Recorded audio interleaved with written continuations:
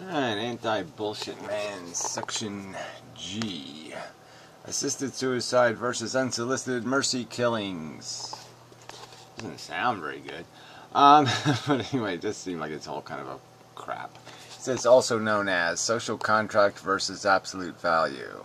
It puts that in italics there, absolute value. Yeah, and it's sort of an important distinction. Some conversations you're going to have are about conversations in bigger pictures than, you know, what was fair by some sort of democratic process. You could argue that lots of people have, there's lots of people who are guilty of something, and the social contract just didn't work. You know, it didn't convict them, and they got away with murder, so to speak. And somebody could intervene, and it would be totally within a kind of right to make things right. You know, sort of. You know, they're either going to be right or wrong in what they do. Every time you have a war, you're basically breaking a social contract of sorts, and saying, no, this is important enough, and I'm going to fight to the death for it, or whatever. So the social contract isn't written in stone or something. It's nice to be obedient to it in the sense where we have to be pragmatic. It's survivable that way. But there are exceptions. And you know, you can argue from both points of view. You can argue within some sort of, you contracted for something, and there's times where you didn't contract for those kind of restrictions, and your rebellion is perfectly reasonable. So when are we allowed to rebel in the interest of some sort of absolute understanding of truth, or definition of truth, or perception of value that is not consistent with what your society or your culture is imposing? You know, one could argue that it would be perfectly within the boundaries of good behavior for somebody to rebel against tyrannical rulers, like in Iran or something. So anyway, so these are our separate conversations. Sometimes you're having conversations that are bounded by social contract norms and memes and standards and definitions, and sometimes you're having a conversation about, in the end, ultimately, what's in the best interest of everything. And that's going to be a different conversation.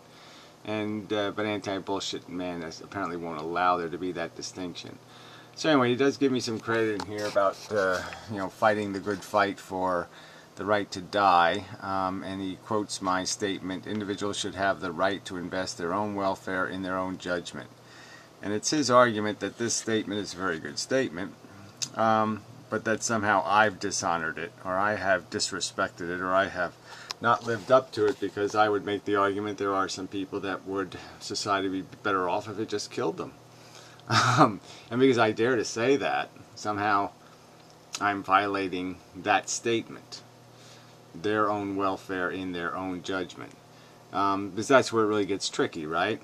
I mean, most of the people, well, I'll read his little paragraph here, but most of the people I'm talking about are not people whose own welfare is at stake. No, there's the social, there's a huge social cost. And the social cost comes down to other individuals will pay the price for. These individuals I'm talking about, or I might say are, you know, we're better off, you know, giving them a nice peaceful whack in the head in a dark alley without them even knowing it was coming. Because I would say something like that, or make the argument that children below a certain age don't really have a respectable life interest. And they certainly don't have an own judgment to invest in yet. So again, he calls this a kind of hypocrisy, and I don't see any hypocrisy in it, or duplicity, or double standard, or any of the crap he implies. Because, again, there are things that belong to you and things that don't belong to you. And you don't have a right to be a blight. You want to quote that one, Anti-Bullshit-Man? You don't have a right to be a blight. How about that? Yeah, I like that one too.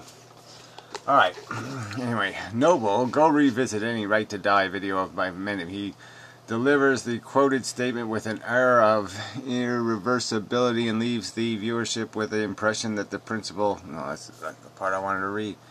Now the deal breaker. Okay, the irreconcilable unrevealed themselves in small increments, starting with Stickham sessions dating back to 2011, during which inmendham screams to the top of his lungs, constantly asking the question, where is the harm? Well, it's an important question. It really is. It's an important question. My contract is with a principle of, again, there has to be a harm for an act to be in any way a violation of something. It has to, there has to be harm for there to be a violation. You can't violate without a harm. So if I ask for somebody to recite the harm, that's not asking too much. That's pretty much asking for them just to, hey, if you got a claim to make it. Otherwise, you got nothing, right? It's not that complicated. Alright, an example he used in one occasion this past summer was of a soldier whose post-war life is grueling and wasteful, key, which was in italics, very important word, and how such a soldier would be better off had he blown himself to smithereens during combat. If he had been blown to smithereens during combat. Yeah, well, I made the example. I don't know if I made it the way you're stating it. I just made the point that, you know, some of the lucky ones were the guys who got shot in the war. Okay, these, you know, because they're dead quick. And the unlucky ones are the ones battered and bruised and banged up and, you know, come back to a world that they can't even relate to anymore. Yeah, maybe you're better off dead. That's right. So that's some sort of outrageous thing for me to say? I don't think so. Naturally, such an outcome would have been preferable under a zero-sum game anyway. Well, that's right. Yes, it's always going to be preferable, no matter what circumstance it is. It's going to be preferable that you don't sit there and wait for your cancer to show up, or wait for your heart attack, or wait for your embolism, or wait for whatever it is that's going to come for you. It's always going to be better not to do that.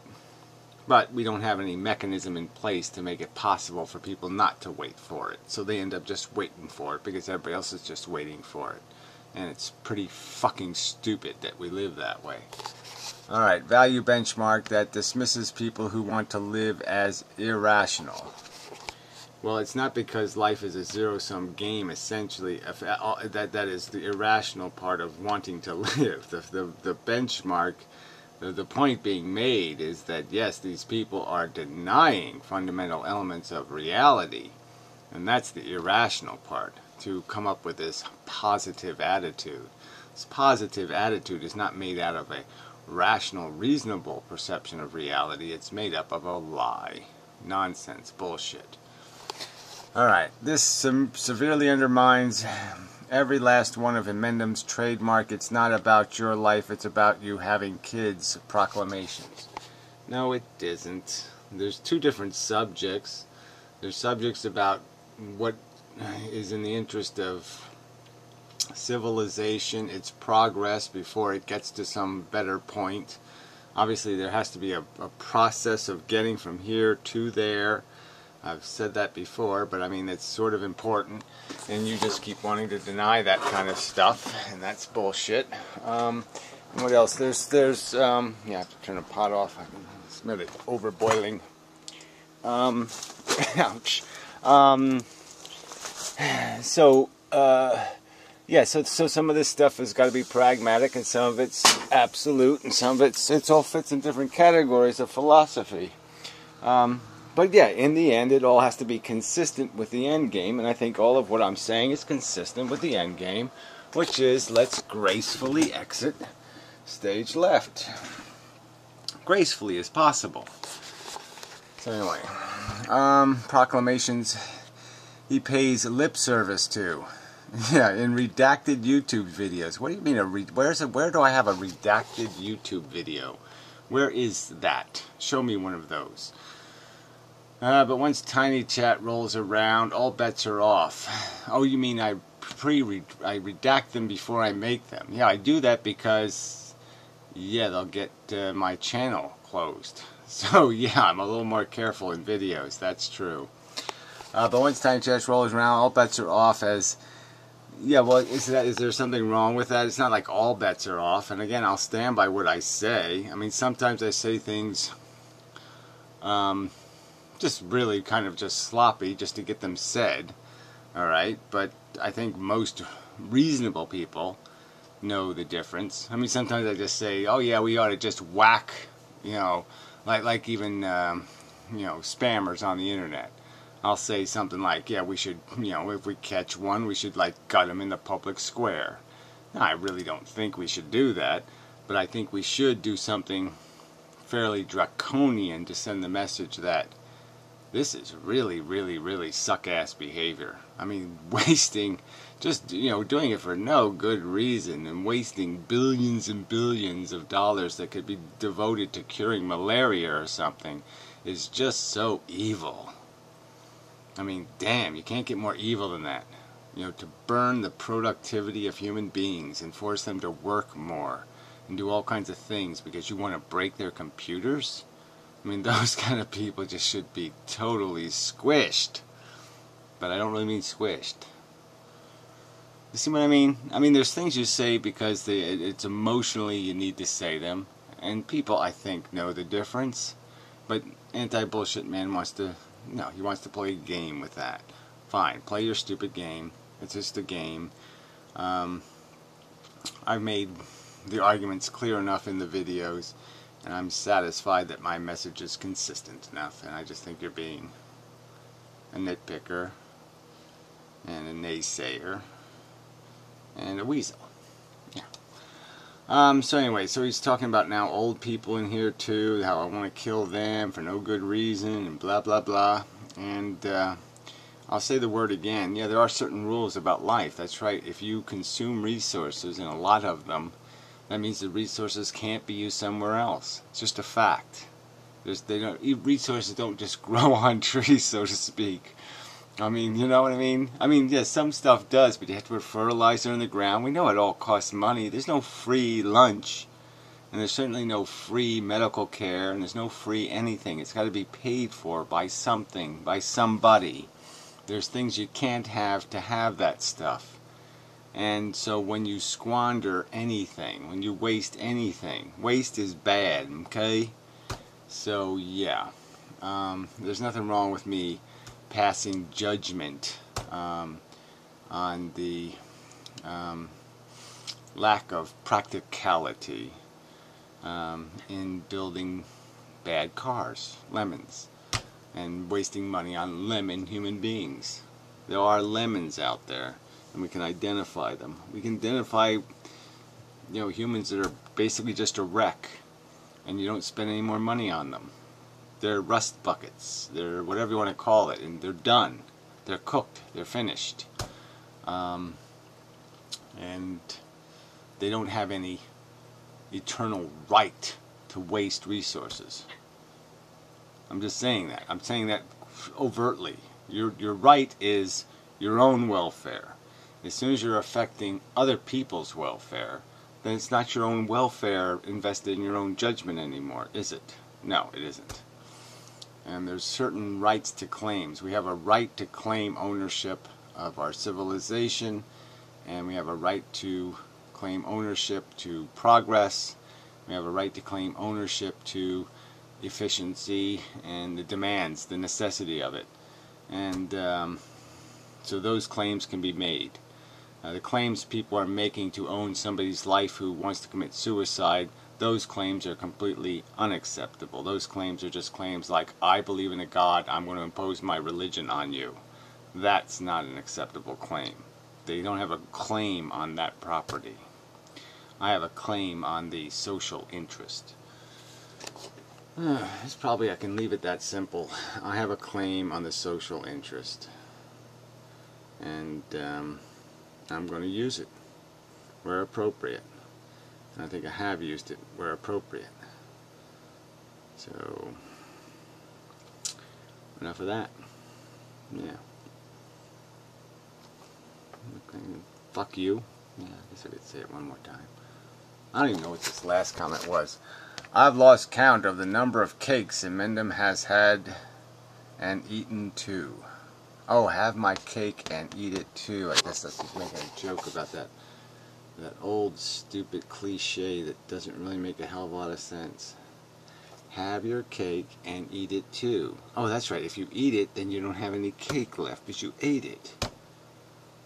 But you ate it, so you're full, so you don't need cake anymore. So that doesn't make a whole lot of sense. But whatever. I'm really, you know, he's just got all this catch-22 ultimatum. I mean, he's just using all this phraseology to imply that I'm dishonest, inconsistent, unprincipled. I mean, all that kind of crap, and it's just not true. And yeah, he sucks. Yeah. Enough said.